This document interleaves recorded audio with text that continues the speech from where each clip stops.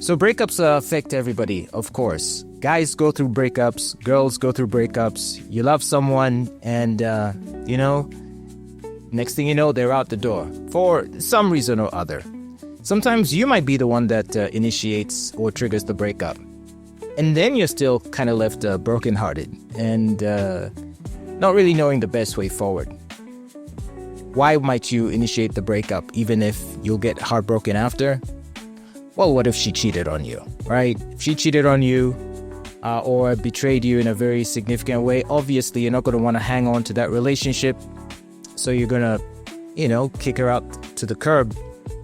But of course, it's still going to hurt. You are still going to pine over this woman if you still had any feelings for her at the time. I'm guessing you might have.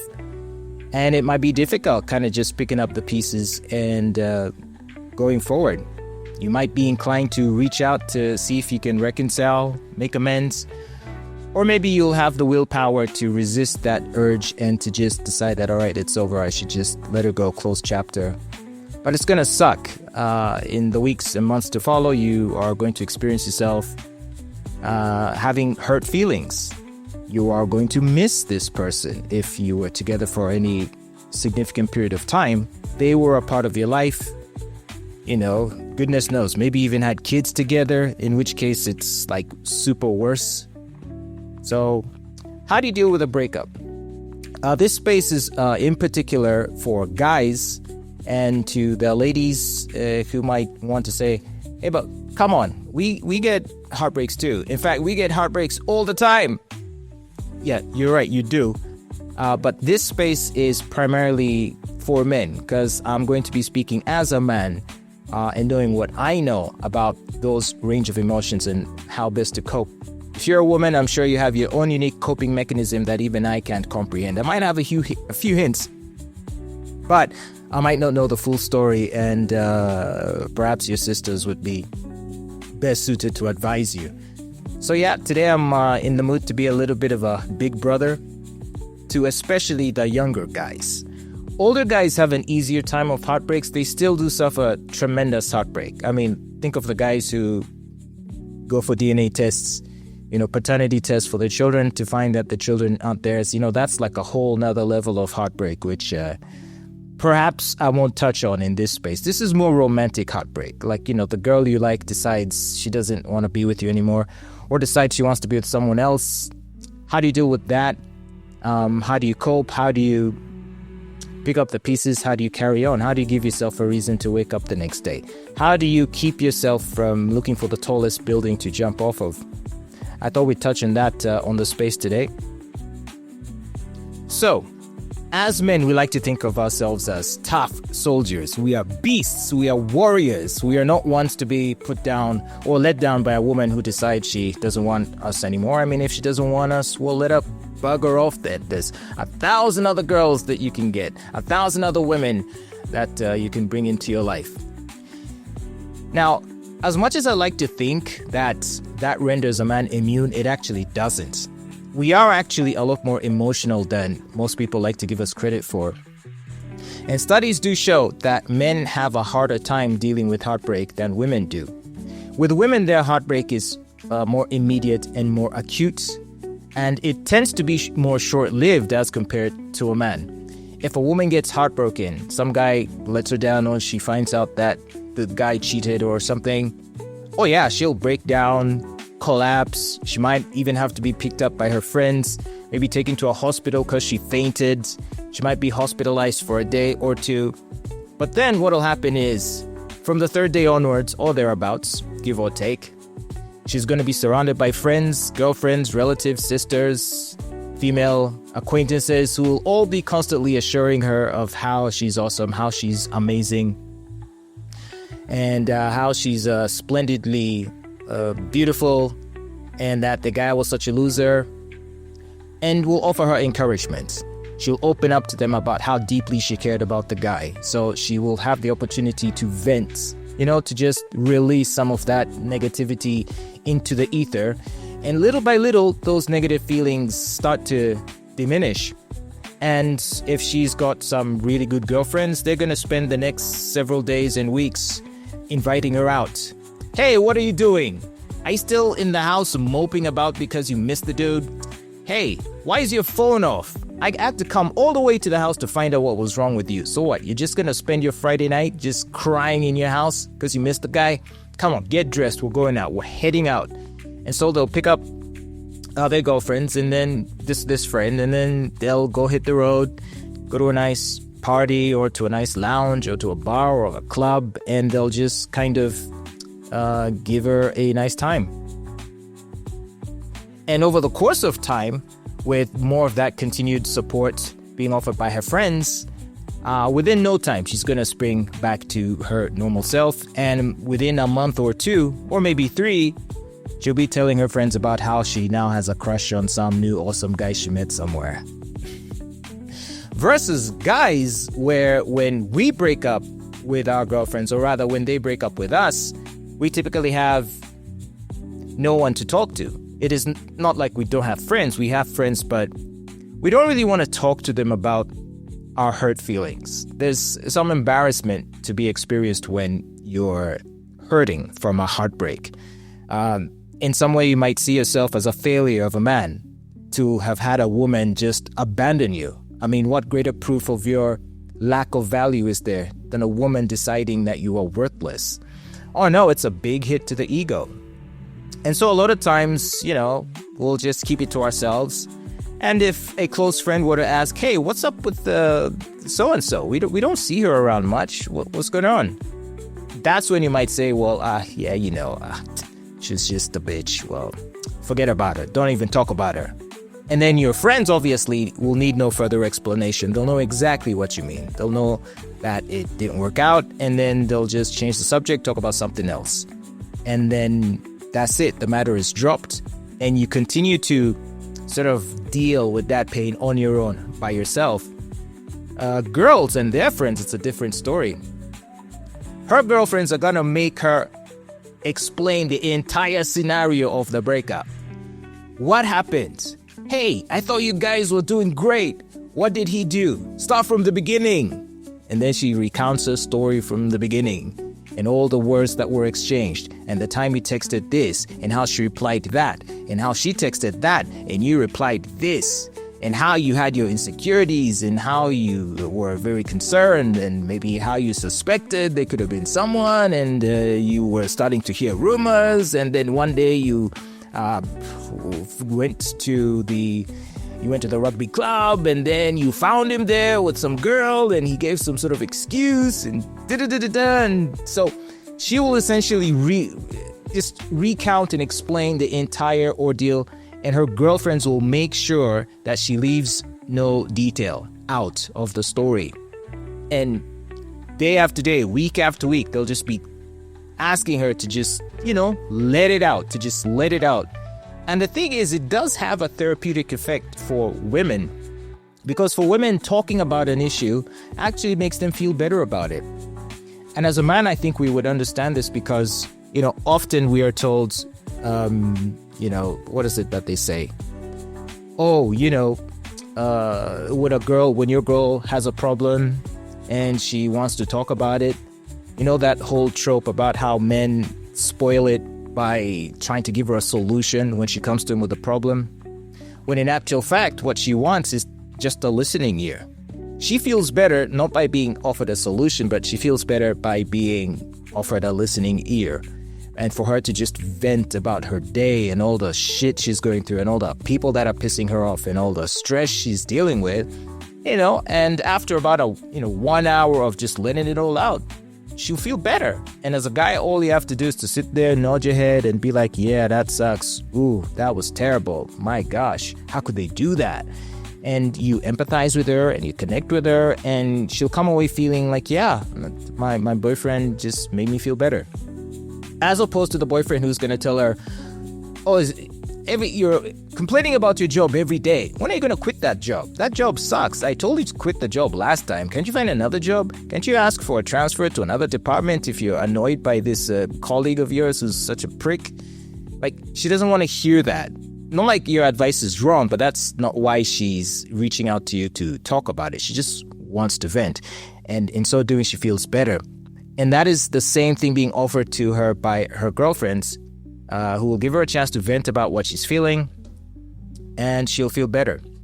Now, for us guys, we do not like venting. We don't like doing it at all. And I can think of a few possible reasons as to why that might be the case. In my experience, I find that talking about my problems makes it worse because I, in essence, have to relive the, I don't want to say trauma, that's too strong a word, but sort of relive the frustration, that particular frustration that got me worked up. Now I have to relive it all over again. And if, let's say, that frustration led to some sort of failure that was blamed on me, it's just going to make me feel worse about the situation and more annoyed about the situation. So rather than be relaxed in being able to talk about it, instead I get more frustrated. And so with us guys, we just like to, we put that in a little box and we just shift our attention to other things that are of greater interest. Could be a football game, could be a movie, could be a video game, something like that. We just don't want to deal with it. And this applies to areas of our life where we might be experiencing frustration. It can be in our jobs, it can be in our studies, it could be family life, it could be personal life, it could be relationships. We don't want to talk about it.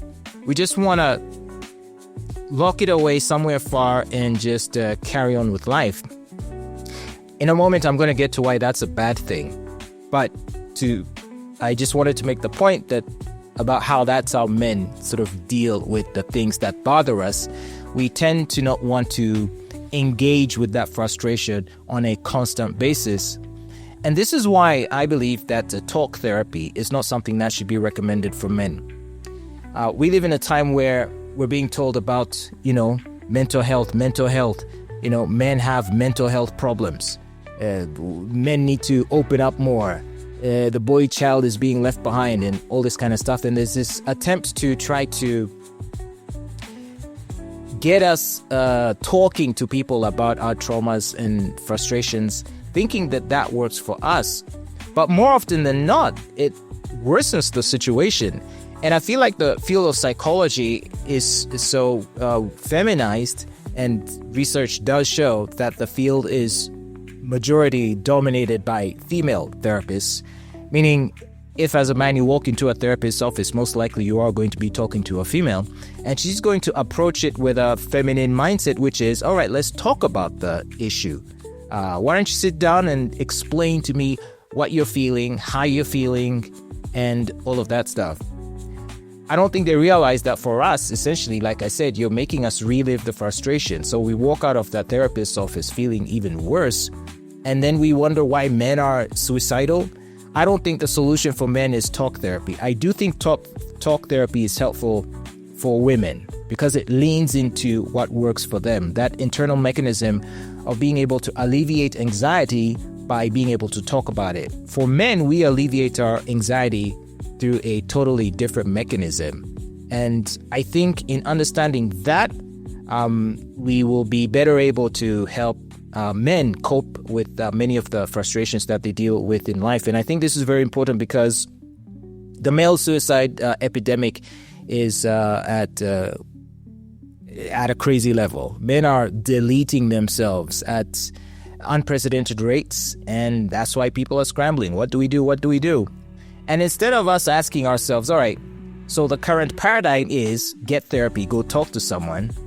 Why, if we've been doing that for the last several years, is it actually seeming to worsen the situation? And this, I think, is why we've had an explosion of what you would call the Manosphere, which is essentially men having conversations amongst themselves about their issues on the internet. It's been in existence for a very, very long time.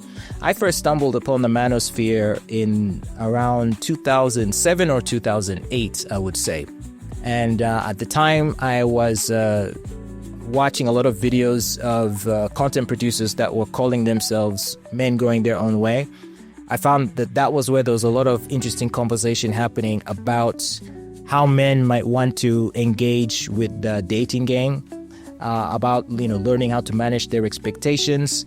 And the Manosphere is a very diverse collection of different viewpoints. So there's the aforementioned men going their own way philosophy. There is the pickup artist philosophy. There is the men's rights philosophy. There's forms of traditionalism or patriarchy. There's all kinds of ideologies. There's what is it? Are they called the soft era men? Something like that, where essentially men might just want to lean into their feminine, their feminine energy and just sort of live in a way that sort of, how can I say, maybe frivolously, but also maybe not bringing any kind of expectation of provision to the table and just sort of acting as the woman in a relationship. Now, we might not agree with such a paradigm. I personally might not, but I can see how some men might think that would be a good way to approach the dating game. I mean, if you're a handsome guy, why not spend the rest of your life just living off of women if they're happy to look after you on account of your looks? So that's what the Manosphere is essentially just men talking about different issues.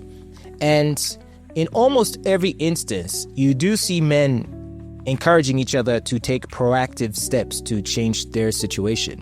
So rather than say blame or rather have blame assigned to others and to external factors, to an extent, of course, external factors might play a role, but the focus is on the role that you play in worsening that situation and the role that you can play in improving your situation. And for that reason, the Manosphere is now, not only is it a popular buzzword, but also it speaks to a very interesting evolution in the way men are socializing in this social media era, in this internet era. Women hate the Manosphere. They say the Manosphere is just full of misogyny. It's just men hating on women, but nothing could be further from the truth. Well, to be fair, yeah, some will hate on women, but the charge of misogyny mostly gets applied to the simple fact that men are having conversations and occasionally will discuss certain unflattering characteristics about women. And when I say unflattering, I mean paints them in not the best lights. But to me, I think that's okay. For years, Oprah Winfrey was on daytime talk television, hosting panels of women discussing all of the ways that men suck, right? And, men maybe grumbled about it, but for the most time, we just left the women to their devices. That's girl talk. Let them have their moment to just talk amongst themselves about how all the men suck. Little did we know, of course, that this would then lead to a scenario in which the situation, situation in which men and women were even the relationship between the genders, generally speaking, became even worse because shows like the Oprah Winfrey Show ended up sort of amplifying the more negative aspects of male behavior, which made a lot of women feel antipathy towards men and anger towards men, and it might explain some of the more extreme forms of feminism we've seen. Might the same happen with the Manosphere? Perhaps. But if so, I guess as they say, in life everything balances out, right? And most men, if I can tell you, that venture into the Manosphere, they do come out of that phase, which is often called the red pill rage phase, where you first stumble upon this bundle of information in which very painful truths about female nature are discussed. And for us as men, when we discover these truths, mostly arising from anecdotes of men discussing their relationships, and then before long you realize commonalities. Before long, you realize that the behavior that your wife or ex-girlfriend manifested is actually fairly common, and that this is how women might generally behave under certain circumstances. And sometimes that behavior might come across as selfish, and so it's easy to feel some negativity towards women on account of that behavior, in the same way women might feel negative towards men on account of the fact that perhaps most men cheat. Yeah, so if that makes you have, think of men negatively, while it is unfortunate, it is still the truth. So I can't begrudge you your right to engage with the truth and then to utilize that information for you to formulate a path forward in your life. I mean, you can of course continue to maintain faith in men and your belief in their fidelity, and perhaps continue to hope that you might meet someone that fulfills that need and that responsibility. Or you might sort of accept the reality of men generally being this way and either make peace with it or decide you don't want to deal with men. Ultimately, the decision would rest with you. And so it is the same with what we discussed in the Manosphere. With regards to heartbreak in particular, what the consensus, if I can use the word, that has kind of emerged from the Manosphere essentially is the idea that, generally speaking, we might be placing ourselves at a disadvantage by imposing very high expectations on women. It's basically the notion, the idea is to kind of just accept women for who they are and what they are.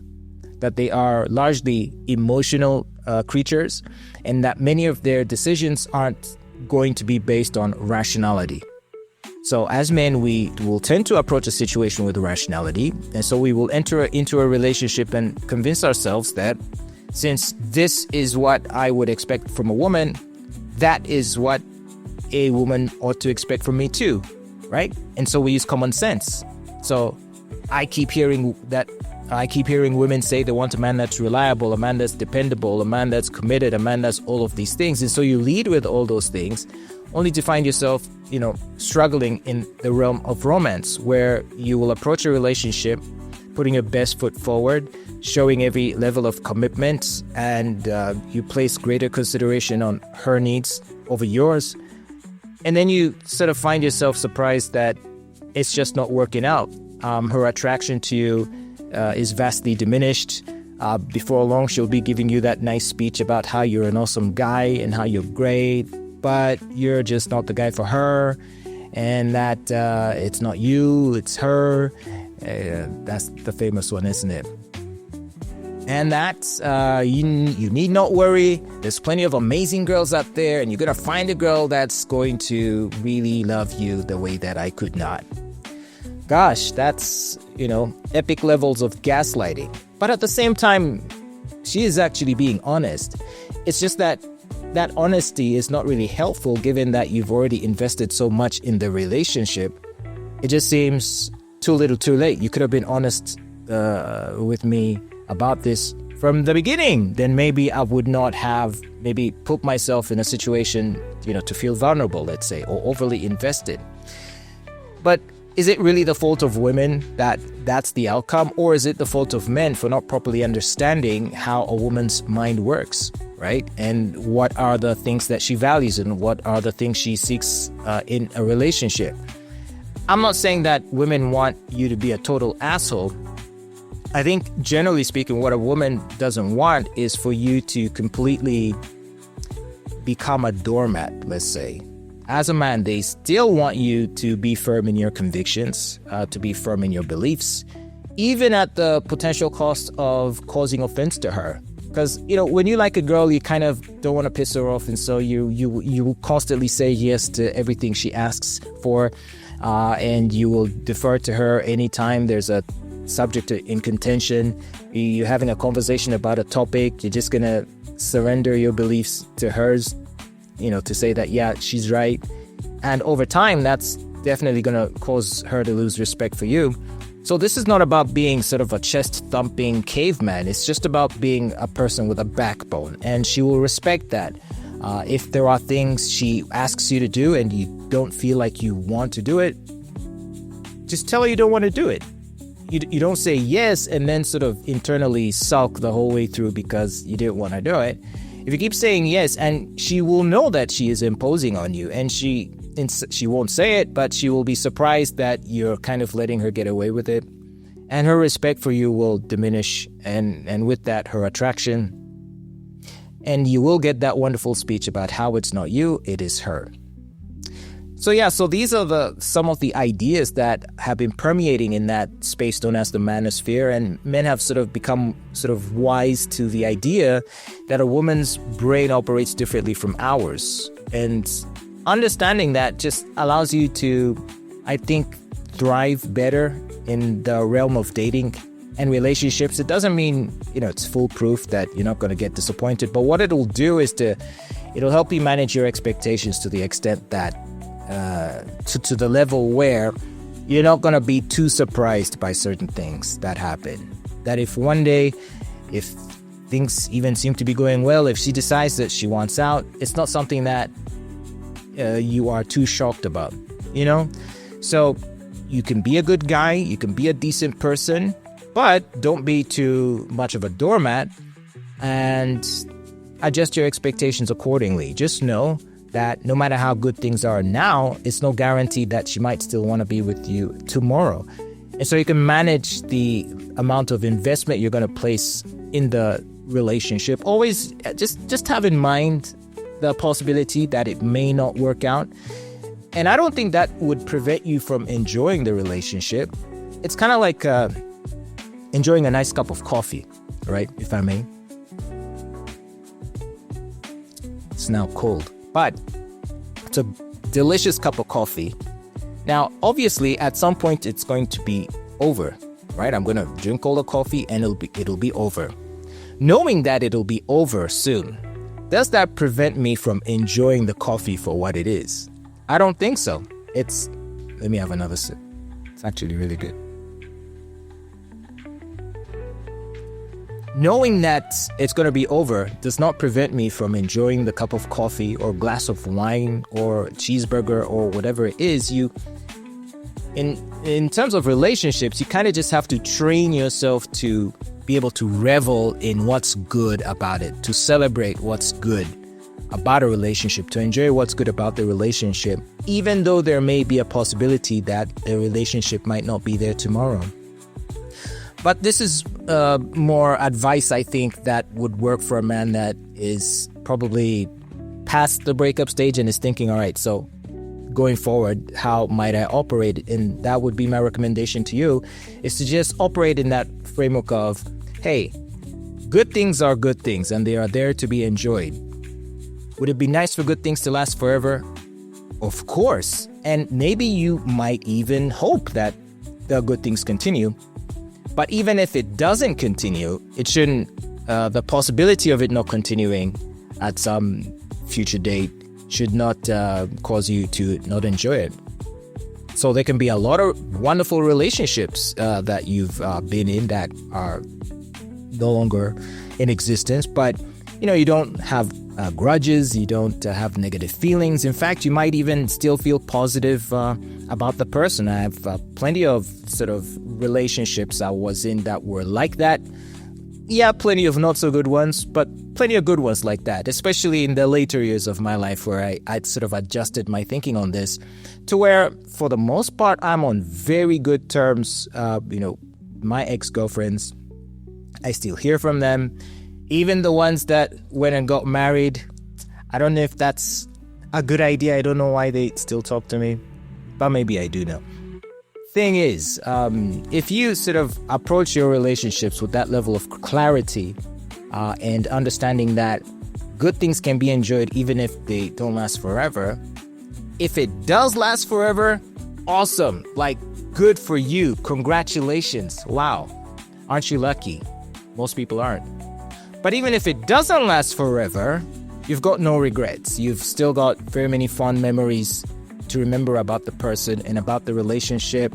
And you know what? There's even a good chance that you might reconnect at some point in the future and maybe try again, right? I'm sure if you're an older person, you probably have had a couple of those on and off situations that kind of just keep going. You part ways, but then you find your way back and maybe part ways again and you find your way back. There's some of those things that can go on for years. And it usually requires for one of you to say, okay, maybe this needs to stop. This is, I now got a husband, all right? Or I now got a wife. So let's circle back to breakups and how to cope with breakups, which is the purpose of this conversation. We kind of went all over the place, didn't we? Yeah, so we went to where I was now talking about the Manosphere and how men are having conversations about how to deal with situations. Regarding heartbreak, the common understanding is that it is something that is more likely than not to happen. But then you just need to embrace it and accept it and use that pain as something that, will make you stronger. I know that this isn't something you'd want to hear if right now you're dealing with a heartbreak. If your girlfriend left you this week, last month, last year, maybe you're still feeling sad about it. You don't want to hear about, just be strong, move on.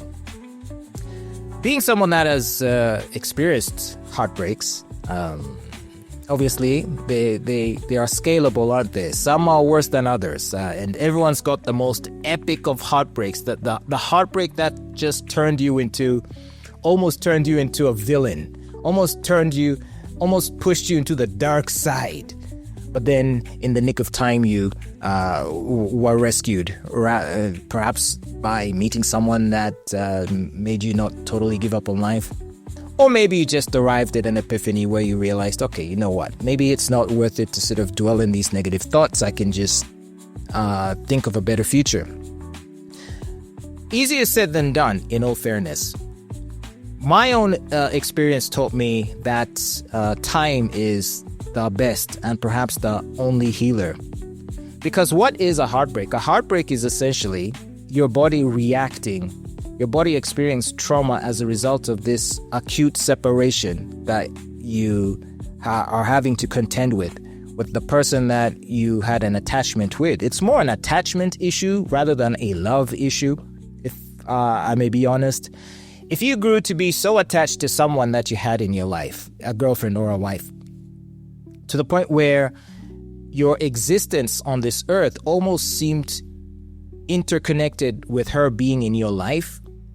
And sometimes it's something you do willingly, but a lot of times for men, it's a feeling that kind of just creeps up on them, and you often don't even know until the day she's leaving that you actually are super attached to this person, and her exit from your life, deals a heavy blow to you.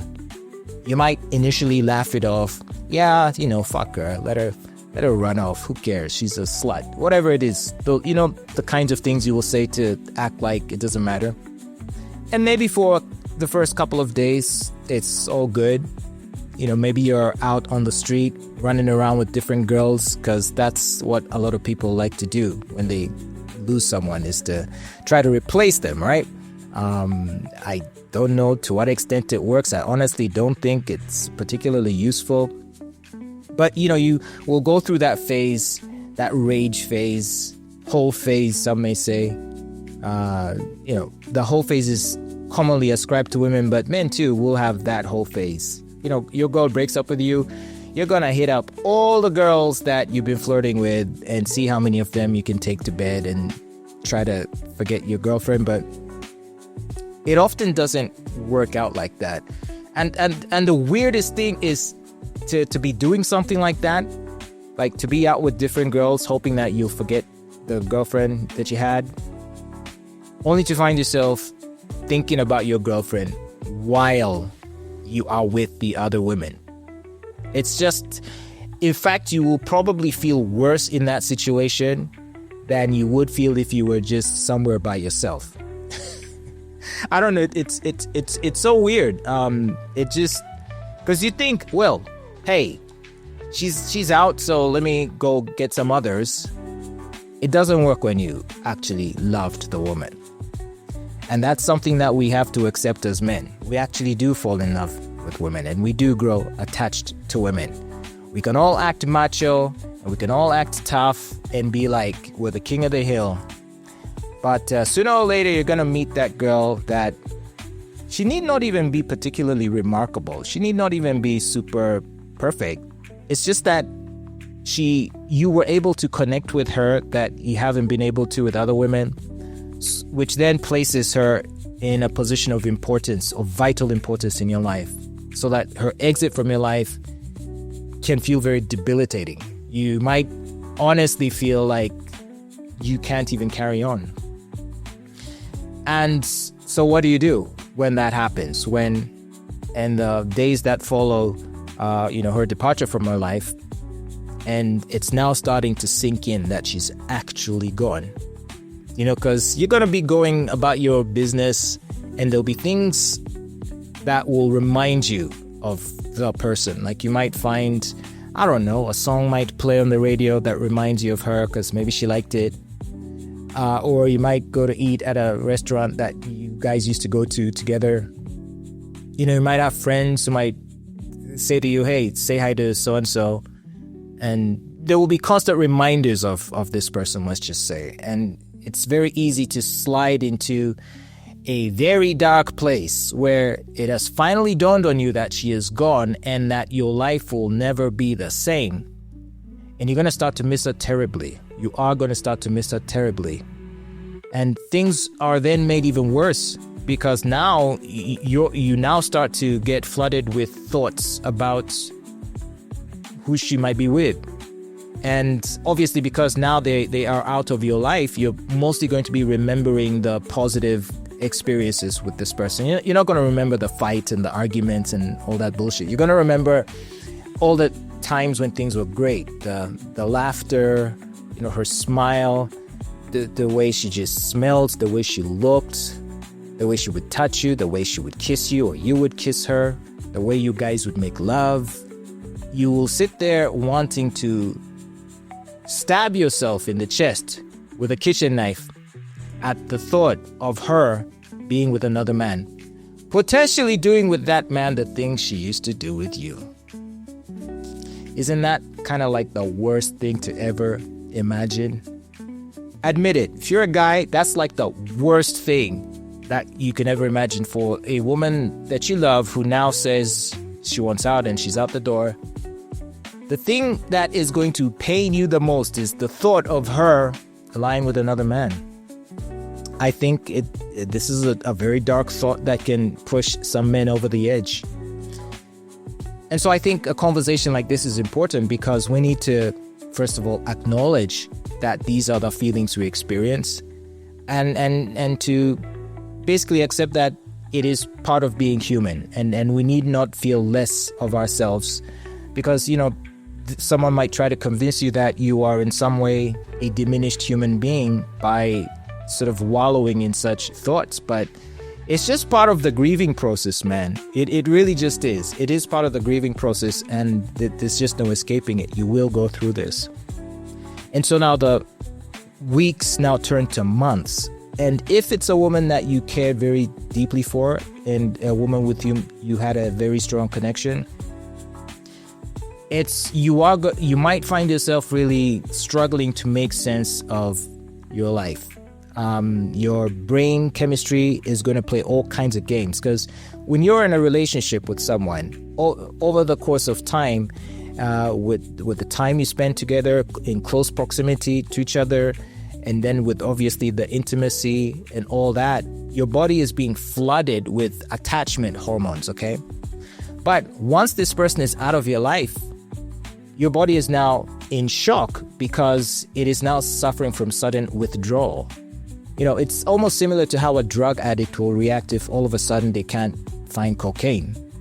These hormones are like drugs, actually. Essentially, they are the same substance because what are hormones other than chemicals in your body? There are even synthetic versions of some of these chemicals, So there you are, your body is in shock, suffering from withdrawal because your body isn't being flooded with those feel-good hormones, the oxytocin, the vasopressin, and there's one other hormone that skips, I can't remember, right? And in place of those feel-good attachment hormones that you are now suffering withdrawal from because your body's not producing them, in place of that now, your body's being filled with stress hormones, okay? Your body's now being filled with stress hormones, and so you become physically debilitated. You generally feel weak. You just feel sometimes you can't even get up.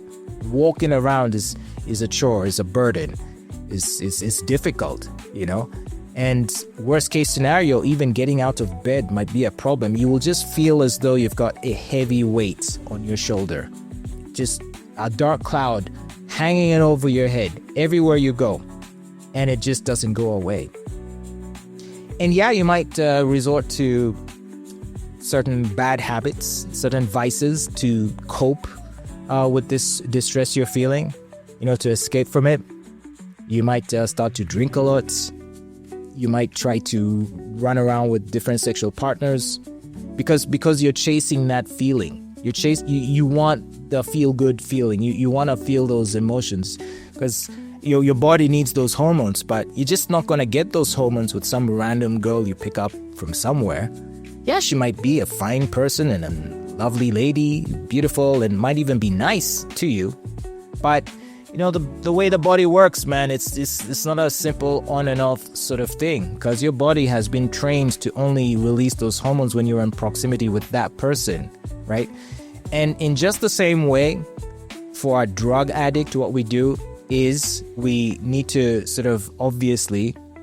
they need to stop taking those drugs, and you have to allow for time to be able to help the body adapt to life without those drugs.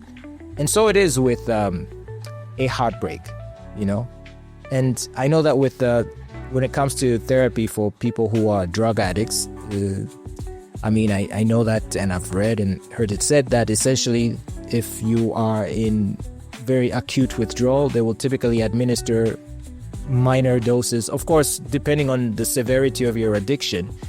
Because, if you're like super addict, then if they were to just deprive you of it completely, make you go cold turkey by force, some people go into severe shock and get cardiac arrest.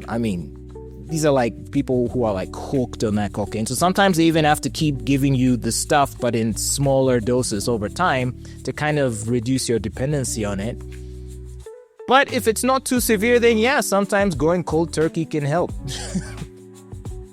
Even though it'll be very, very painful in that interim period.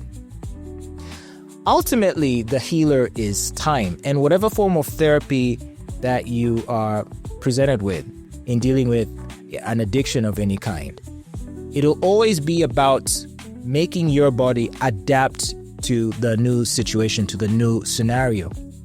And the same is true for heartbreak. Your body and your mind just has to adapt to the reality that the person is no longer in your life. And it is not something that has a silver bullet. It is not something that, you can just flick a switch and boom, you're recovered. Because trust me, though I've been in those situations where you're in deep distress and you're just on the internet, just looking for a solution. You're on YouTube, like, what do I do? What do I do? And you're hoping that someone can just give you, a quick fix. Just do this, meditate this, chant these words, eat this, and boom, tomorrow you'll be fine. No. The true healer is time. And the best advice I can give to you if you are a person that's going through a heartbreak is find enough things to distract you from the pain that you're going through. Even if it's just one thing that you can channel that energy to and that focus and attention to. Because too often you're going to be living in your head. Because you're going to be obviously consumed with thoughts about the person, right? You're going to spend a lot of time thinking about how you miss them and how you still want to be with them. You're going to be thinking those thoughts, right? So you need to shift your attention away from that to other things as your body sort of slowly adapts to that person no longer being present in your life. So that over time, you can build sort of greater tolerance for the feelings of distress that you are experiencing. There are a few, measures that can be taken in that interim period as your body adjusts to this new reality. So if you, for example, go to a psychiatrist, if now you, let's say, are depressed, clinically depressed, and it's really, really hard, like you just can't function, you can't focus, you can't even get out of bed, you literally feel physical pain. In that case, what you're going to want to do is to obviously seek help from a psychiatrist if it is extreme, and they may be able to administer to you, and it is typically something that is offered on prescription only, some medication that can help sort of take the edge off of the pain. Think of it as anesthetic. When you go to a dentist and they need to work on your teeth, they can't just sort of stick their pliers in there and pull out your tooth, or to stick the drill in your mouth and start drilling away. No, it's going to hurt. So they will inject an anesthetic into your gums so that they can now work on your teeth and you won't feel any pain, right? And then eventually it wears off, and then it probably won't hurt anymore because your body has sort of become used to that pain. It is now familiar with that pain sensation, and so it is no longer at a point where it's more sort of acute and very viscerally hurtful. The same is true with emotions and some of these medications, and here I'm talking about antidepressants or SSRIs. Yeah, they will take the edge off of the very, very acutely painful emotions you're feeling, and you will at least be able to function. You will be able to get out of bed. And, full disclosure, there was a time that I did seek that kind of help, and I did take I was prescribed that kind of medication. And I gotta say, it was a very interesting experience. I never imagined that there could be something like this, where essentially, because now for several weeks I'd sort of been feeling terrible and like shit and all that kind of stuff. And so I go and I'm prescribed these medications, and then I start to take it, and immediately I feel better. Although I gotta warn you, it's just think of it more as a last resort. Okay, it is not something that you should just rush to. Only something that should be recommended by a trained psychiatrist or something of the sort, because people can get addicted to those drugs as well. So that's very, very dangerous. Should only be taken when it's prescribed. And so I'd find myself going around feeling sort of numb, like I could feel no emotion. I'd be around people, and remember, I'm in media, so my job is to talk and to try and be interesting, and to, back in my FM days, I was more comedic in my style of presentation, and I was always trying to be goofy. And so it was weird trying to do that while at the same time not really registering any emotions. Because, typically I'd be goofy and it'll be funny, and I'd laugh at myself and sort of just be caught up in the humorous moment with my co-presenter, and, we'd just have a good laugh and the audience would have a laugh. But there I would be trying to crack a joke, and, my co-host is just giggling, just rolling on the floor laughing, and I'm just looking at them like, it was so funny. And I remember going on a date while I was totally souped up on this stuff, right? And I was just sitting like this at the date, and the person is talking to me and trying to be nice and smile, and I'm also obviously trying to be interesting and smile, and I just found like I was so far away, and I don't know what my date thought. But eventually, after my prescription ended, and once I was done with that cycle of treatment, and it was very brief, so I'll tell you the full story. So after that round of antidepressants, I was told that I now had to do therapy, to go and to just start talking about the problems. I did that for 2 days, and I'm like, nah, this ain't for me. This is just, A, I found it too boring, and B, I just found it redundant. C, it for me was kind of, I felt like it was opening up old wounds. Think of when you have a wound and you've injured yourself, all right? You've cut yourself, let's say, or you've grazed yourself and you have a wound. And so, your body creates healing tissue, right? Which then dries up. So you have a scab, maybe you have a big fat scab on your arm.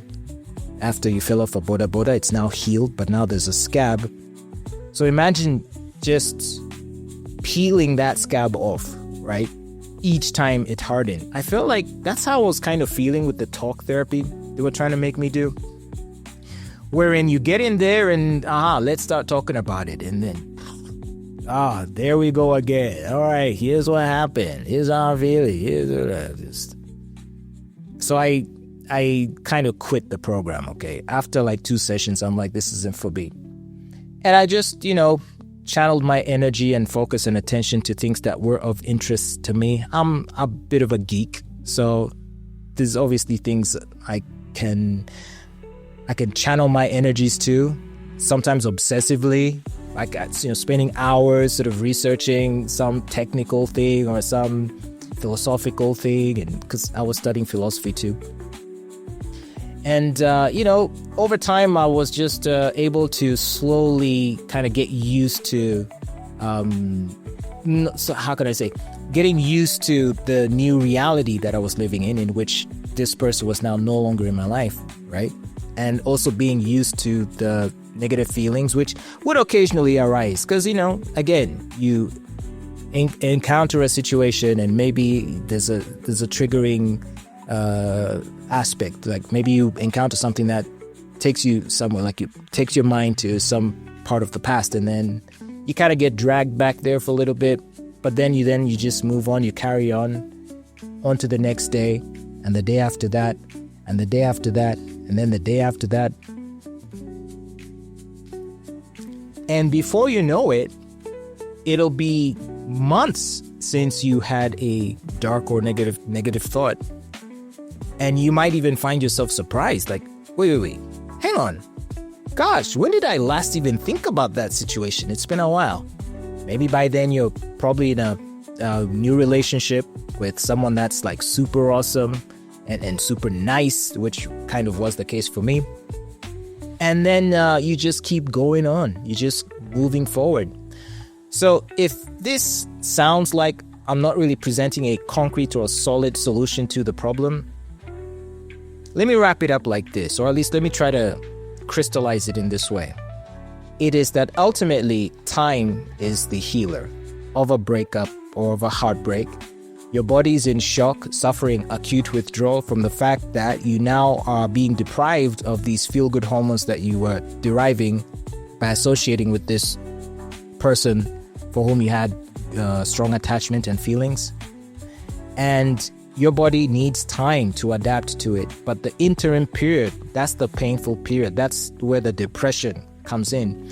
And so your job is to find a way to keep yourself preoccupied and distracted and purposeful enough, channel those dark thoughts and negative energies into something productive, into something worthwhile. It could be a project at your workplace. It could be education. Could be maybe a construction project, maybe you're building a house, whatever it is. Maybe you're a musician and you're trying to record an album. In fact, ask Taylor Swift. She's made a lot of money channeling all of her rage into her music, right? The joke about how, oh, did she just break up with someone? New album incoming. And she's made a lot of money doing that. So that's what I mean, is to just find things you can channel those negative feelings and negative emotions to. Until such a time that your body is now fully acclimatized to the new reality in which that person is now no longer a part of it and no longer needs to be a part of it for you to feel good about yourself. And if you continue to be productive and to improve on yourself, you will meet people that might rekindle those same feelings. That'll make you feel as good, if not even better, than the person that hurt you before. And obviously, because of what you've gone through, I'd like to think you're wiser. I'd like to think you're more sensitive to particular red flags that might indicate that things may not go well. And we all know this. Like anytime you've been in a relationship, there are obvious red flags, but then maybe you decide that you're going to overlook them because maybe they have qualities that you think may supersede it.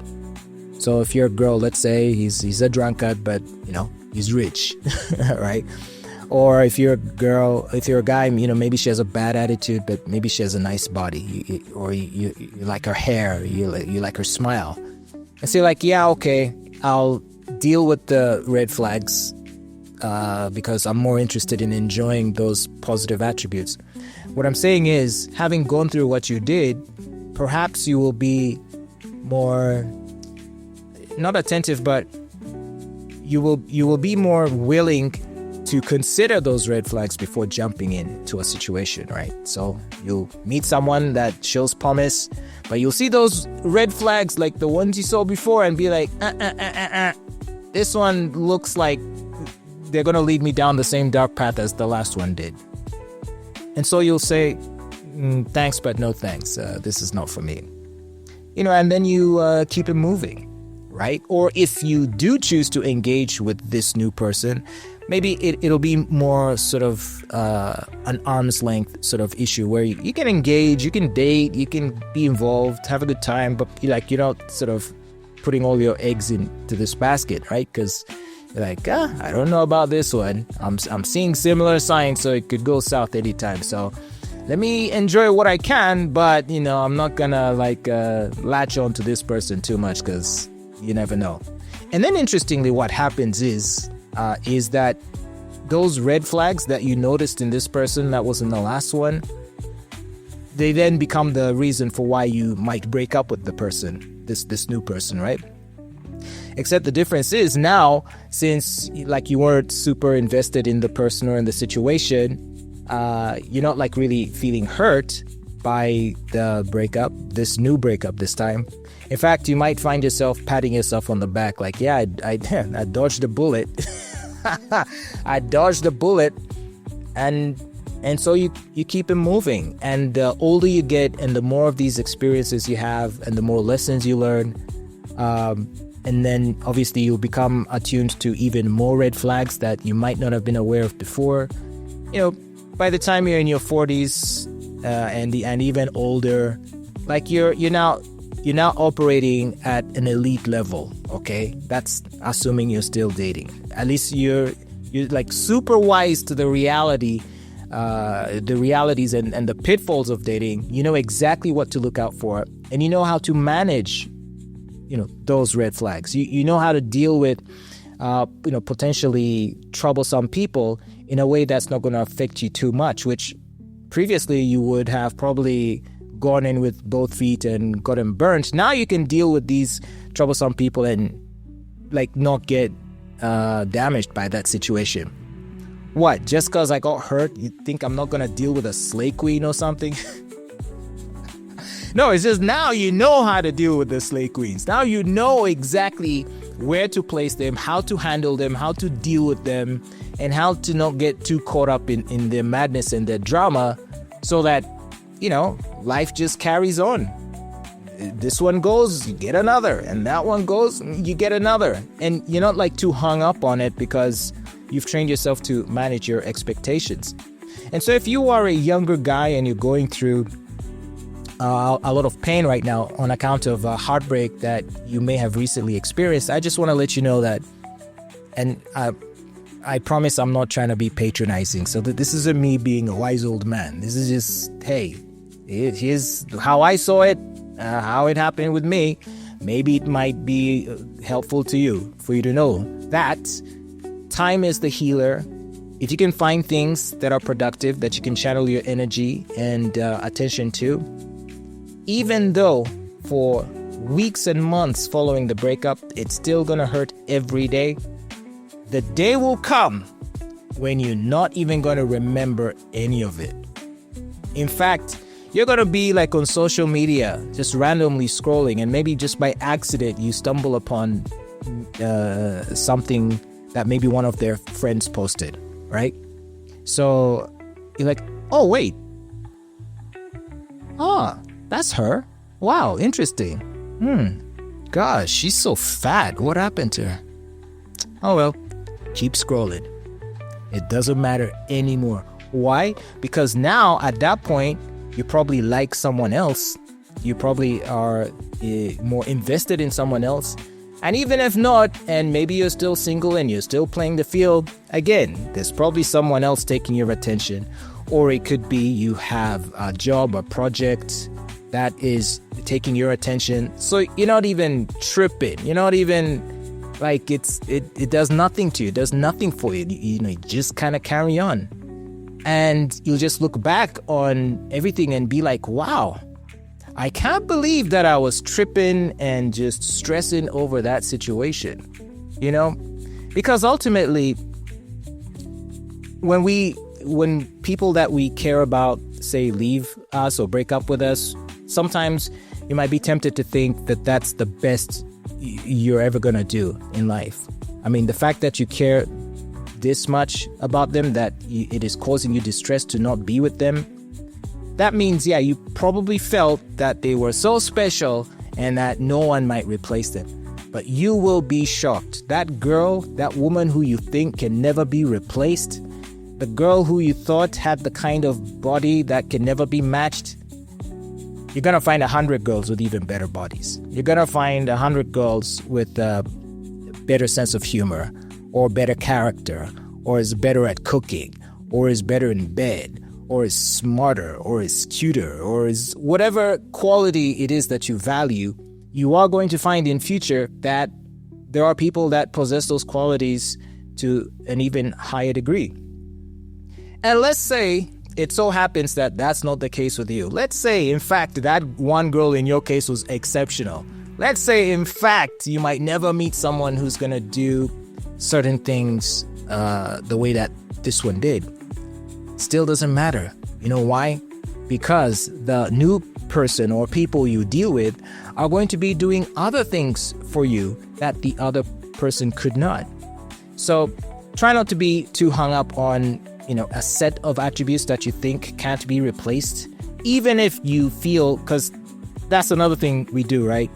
Oh, my girl used to wear these sorts of dresses or these sorts of shoes, or used to wear her hair like this. So the next girl I get has to have that kind of style, or, like these sorts of shoes, or have these sorts of hobbies, or has this kind of body. No. Just, you need to unlock that. That's a trap. That's a trap. You will be able, I think, if you open up your mind, to just be able to appreciate other qualities, right? Other qualities about other women. Women come in all shapes, colors, heights, attitudes, and sizes. And there's actually something to appreciate about each one of them in their own unique way. Yeah, your girlfriend might have been unique in a few aspects, but the women you're going to date after are also going to be unique in ways that your girlfriend was not. And the person, you might be like kicking yourself over the thought of her being with someone else, but you don't think that the person that she left you for is dealing with the same crap that you had to deal with. You don't think the guy she ended up with also had to deal with her discreetness, her dishonesty, her sneaking around, her arrogance, her pride, her bad behavior. You can bet that the next guy is probably dealing with that too.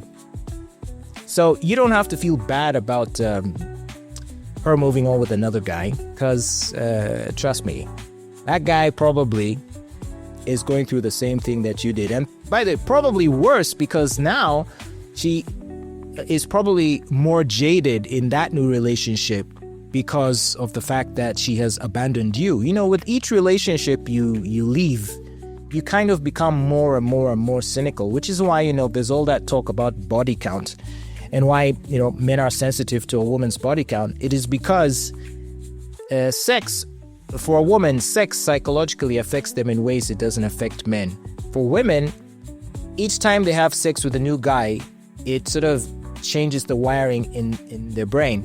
And so the more guys they have sex with, the less able they are to pair bond, right?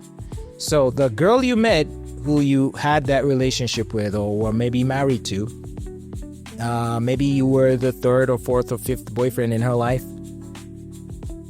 If only.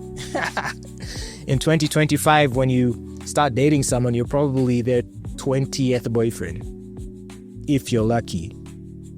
So imagine the guy after that, the guy after you. He is going to end up with a woman that is even more incapable at pair bonding than she was when she met you. So he's going to have a rougher time with her than you did.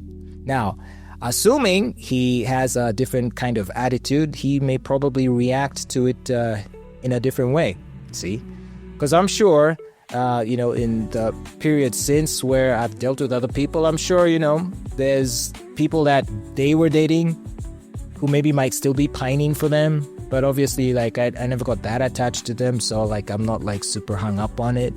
That's what I mean, is that you need to be a champion. You need to rise to an elite level to where this kind of stuff just doesn't bother you, right? It doesn't mean that now you're going to be a stone cold player. And to be clear, I am not advocating that, all right? I want us to be clear. I'm not telling you to go be a male slut. All I'm saying is to continue to enjoy relationships and marriage, even if you so wish, just that you are now operating at a different psychological level than you were when you were younger, still kind of in your more fragile emotional state. You are now a mature, resolute, resilient, strong man who will not be easily moved by this kind of turmoil.